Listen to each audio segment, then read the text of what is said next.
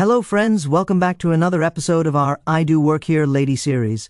If you clicked on this video thinking that people were mistaking customers as employees, this isn't the right video. In today's episode, we've got 8 hilarious and satisfying stories about clueless people messing with the wrong boss, teacher, or business owner and getting exactly what they deserve. I hope you stay for all these stories today and subscribe for future videos. Let's get into it. This one's titled, Power-Hungry Employee Doesn't Know That I'm the Owner. I once owned a computer store with one of my best friends. As we started to grow, we found it was becoming more and more difficult to handle the in-store repairs as well as the out-of-store work that we had coming in.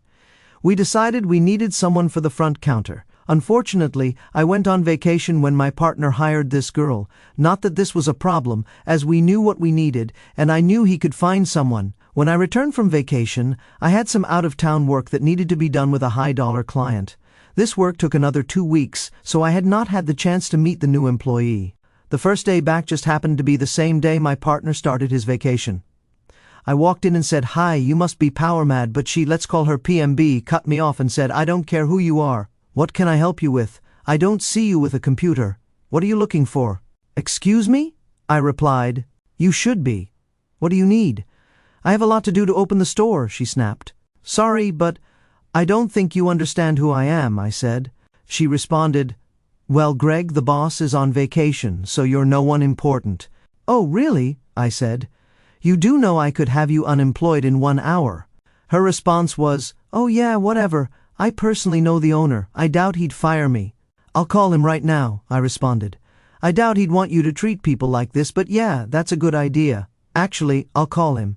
I pulled out my cell phone and called my partner. I said to him, "Hey, I know you just started your vacation, dude, but I think we have an employee problem."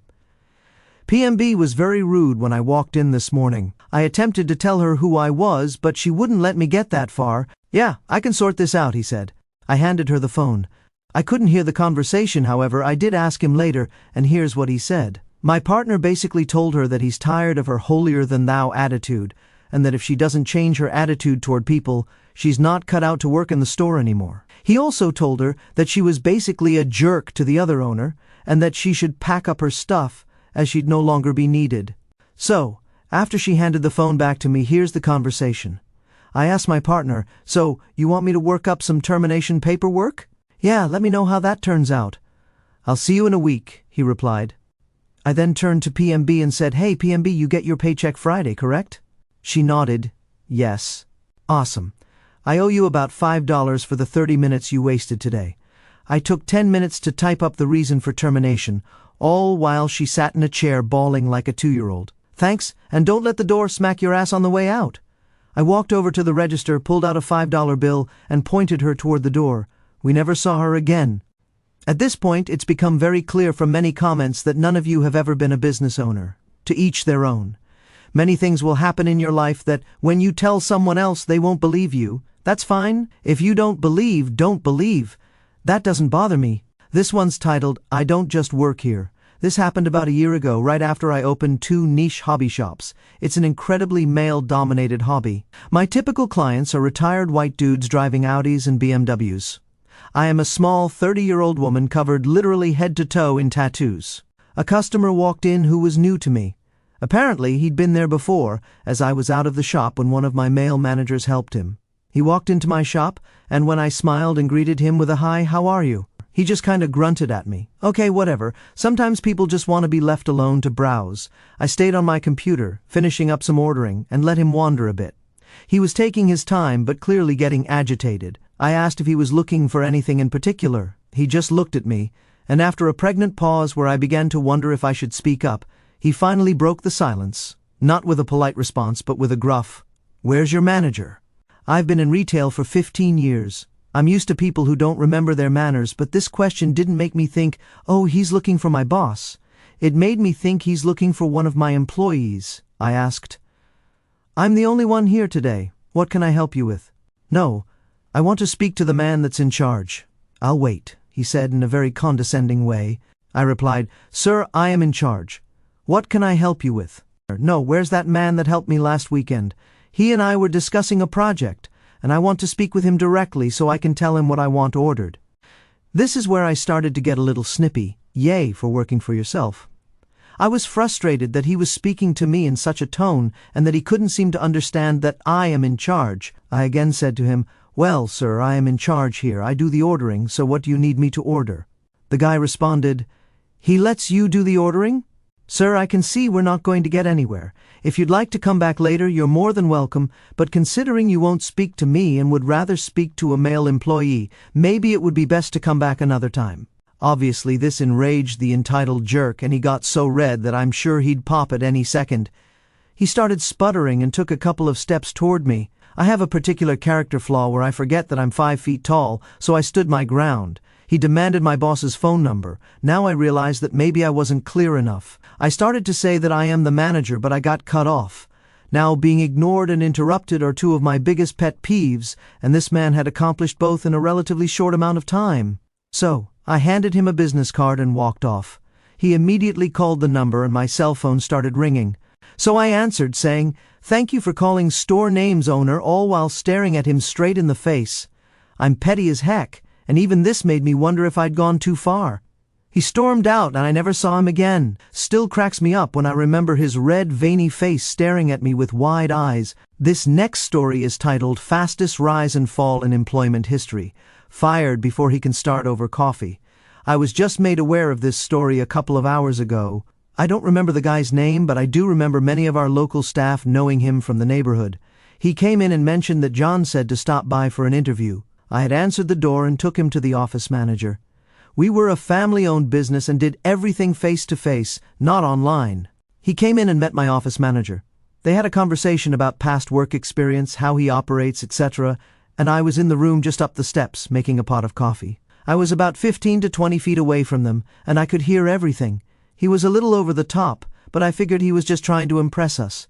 Our office had 3 floors. The top floor was an employee's break room, a kitchen, a shower, and 3 desks and workstations. The manager was happy with what he heard from the guy as far as work goes, told him he was hired, and told him to show up in the office to introduce him to everyone. The coffee was done, so I called down to the manager because I knew he'd want a cup and offered the new guy one too. I got a cup, the manager got a cup, and the new guy got a cup. The new guy pitched a fit because he didn't like strong coffee, poured his out in the sink, got the pot, and poured that into the sink. The manager looked at me as if to ask which one of us should kill the guy. We are in a 24/7 operation, and we all love our coffee. It's our lifeblood, and we all make it the exact same way. In fact, it was the office manager who taught me how to make the coffee when I started drinking it. The new guy went on a rant about how weaker coffee has more caffeine and how things were going to change, and he'd teach me the right way to do things. Note, lighter roasts of coffee are higher in caffeine. The longer you roast the coffee beans, the more caffeine burns off. How strong you brew your coffee is a matter of taste. I let him brew a pot, and it looked like lemonade. It had a yellow tint to it and did not resemble any coffee I've ever seen. The new guy held it up to show us, and we could clearly see him through the pot. For your information, I don't care if that's what he liked. It was this condescending attitude that raised flags. He was no longer over the top, he was now obnoxious. The manager told him he should probably shut up if he really wanted the job. He brushed off the manager and then told him that we would learn a lot working with him. I said, "Want to bet?" He took offense to my tone and laid into me, ending with, "Who the heck are you?" My manager said, "He's the owner, so he's your boss." I looked at the manager and told him that he's half right. "No way I want that guy working for me," I said, and I fired him. He was literally hired and fired in less than 15 minutes. We talked about this guy for years. This final story is titled, "I'm Not a Student, I'm Actually a Teacher." Nope, off to detention with you. Shout out to the people who were accused of being students when they had already graduated. I recently started out as a teacher. I was 27 when I had my first teaching job, though I had done some before. Of course, as a newbie, not everyone working at the school knew me at the time. I look a bit younger than my age and usually wear a pair of jeans and a nice blouse or t-shirt. I had been working there for a bit over a month when I was walking through the hallways of the school during class hours, picking up some paperwork and heading to the teacher's room, as I had a free period. An older man, I guess in his 40s, stopped me, looking kind of angry. The unknown man said, "Excuse me, young lady, what do you think you're doing? Why aren't you in class?" I'm actually not a student. I'm a—" I started to say, "Like heck you are," he interrupted. I've seen you walking around with the older kids. Go to your class immediately." "Sir, I'm not really a student, but I'm actually a teacher." "I'm new here, so you probably haven't seen me," I said, but he interrupted again. "Stop, you're lying. Go report to the office immediately. I'll make sure your parents hear of this, and don't think I won't be looking for you in detention tomorrow." I went to the office as I needed to go there anyway, and my colleagues asked, "What happened to you?" I replied, "I got sent here because I was outside during class hours. Also, could you call my parents? Because that man expects me in detention tomorrow." My colleagues basically died of laughter right there. So, they actually sent me to detention the next day. You'll see why in a bit. I took some grading work with me. The man who sent me to detention was looking smug as heck when he saw me sitting in there. After a few minutes, one of my colleagues from the office came in and, in the most theatrical voice you can imagine, introduced me as their new colleague. You should have seen the guy's face, it was priceless. For some reason, he never sat at my table during lunch. This story's titled "Crazy Office Worker Prevents Me from Doing the Job That I Was Contracted to Do." This is half an I Do Work Here Lady story and half a cautionary tale of making sure you over-inform people of what you're there for. A year ago, I was working as a helper for a fire alarm company that does testing and maintenance on fire alarm systems for industrial buildings, warehouses, and utility complexes. Usually, in an office building, you wait until everyone goes home for the day, but some industries have multiple shifts, and you just have to find the best time you can to test alarms. Our usual inspection involves setting off all the devices at one time, making sure they report properly, and inspecting sprinkler pipes to ensure they're in good shape. As a courtesy not only for the customer but for ourselves, we silence the fire alarm panels before setting things off.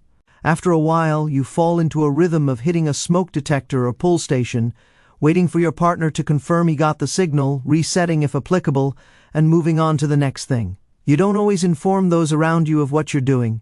Utilities and warehouses assume you know what you're doing and don't bother you, but office buildings have a lot of nosy people in them. I go up to the third floor of an office building, which was the halfway point for the building of 5 stories, when I casually stroll over to a pull station at the stairs and place my hand on it.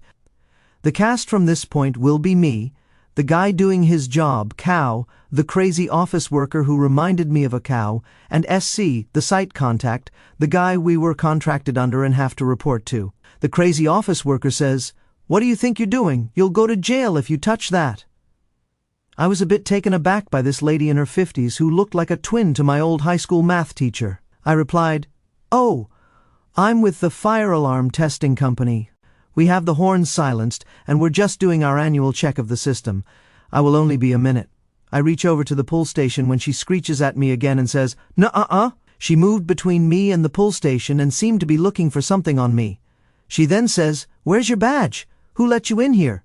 I opened my mouth and began to say that I worked for, but that's as far as I got. She interrupted and said, "So you don't work here? You can't just go to a strange office building and set off the alarm. That's illegal." She then called down the cubicles for someone to call security, which was not much of security, just a guy with a company-issued flashlight and a 2-hour training video. I said to her, "Well, for the next few days I do work here as a contractor checking your alarm systems. If you like, I'll come back to this floor after hours." She wasn't listening. She then said, "Get the site contractor up here now. He'll know what's going on."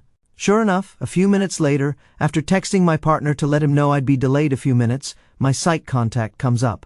Before he can even ask what was going on, the crazy office worker launched into her story. She said, "This crazy kid came up here and was threatening to set off the sprinklers to get the fire department here for a false call. We should call the cops." The site contact says, "This is our fire alarm contractor, the same company that checked our system last year."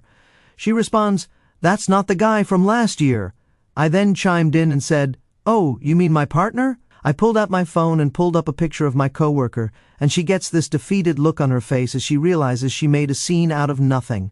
I still to this day don't know if she thought she was trying to save the company a headache or if she was just crazy, but she backed down and apologized to the site contact and myself. I try to keep my customer service smile on my face, but everyone could tell it was fake and only put on for her benefit. I said, "Here, I'll show you that I'm legit."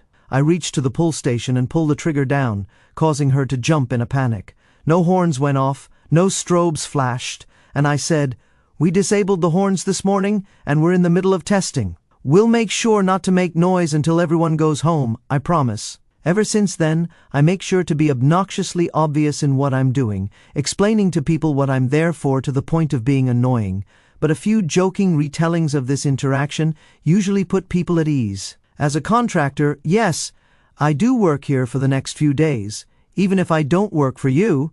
This story is titled, I'm Not Interviewing, I Work Here. A few years ago, I had worked for a company for over 5 years as a database administrator and team lead for the database group. Over the previous year, I had been working remotely, so a few of the new hires on the teams in IT don't know me by sight.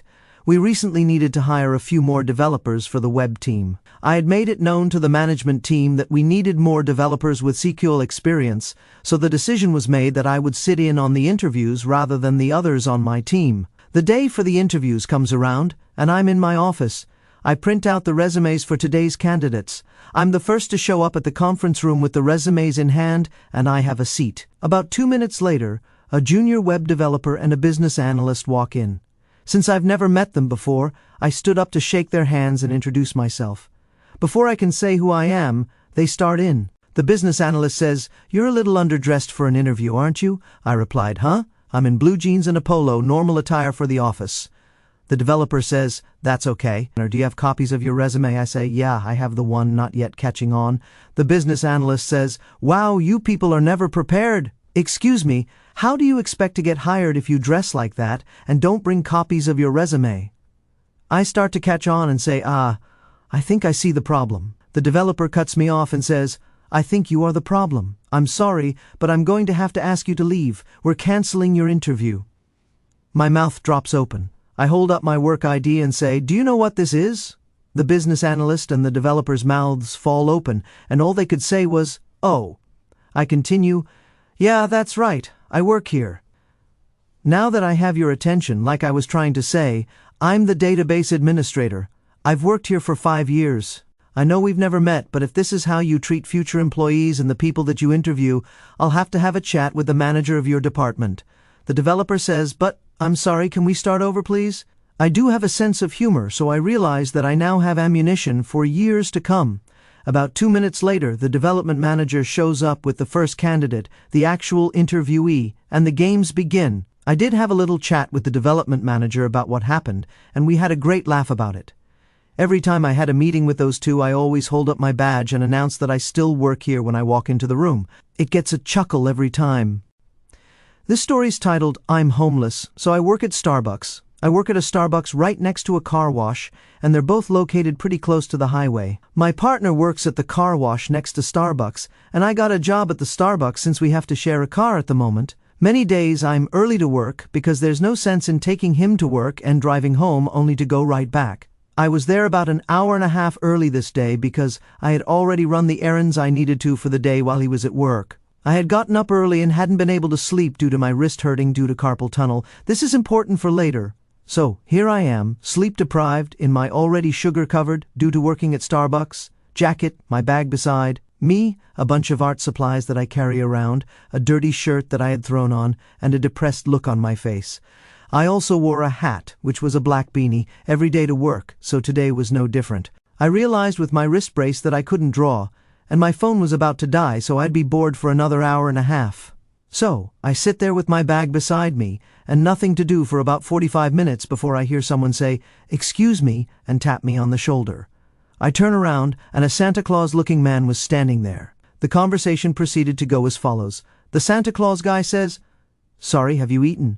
I replied, Yeah, I hadn't, but I get a free food item every day, so I was going to anyway." He then says, "Oh, you have, well, anyway, I wanted to give you this. Get yourself a coffee," he says with a small laugh, and hands me $6 because Starbucks is expensive.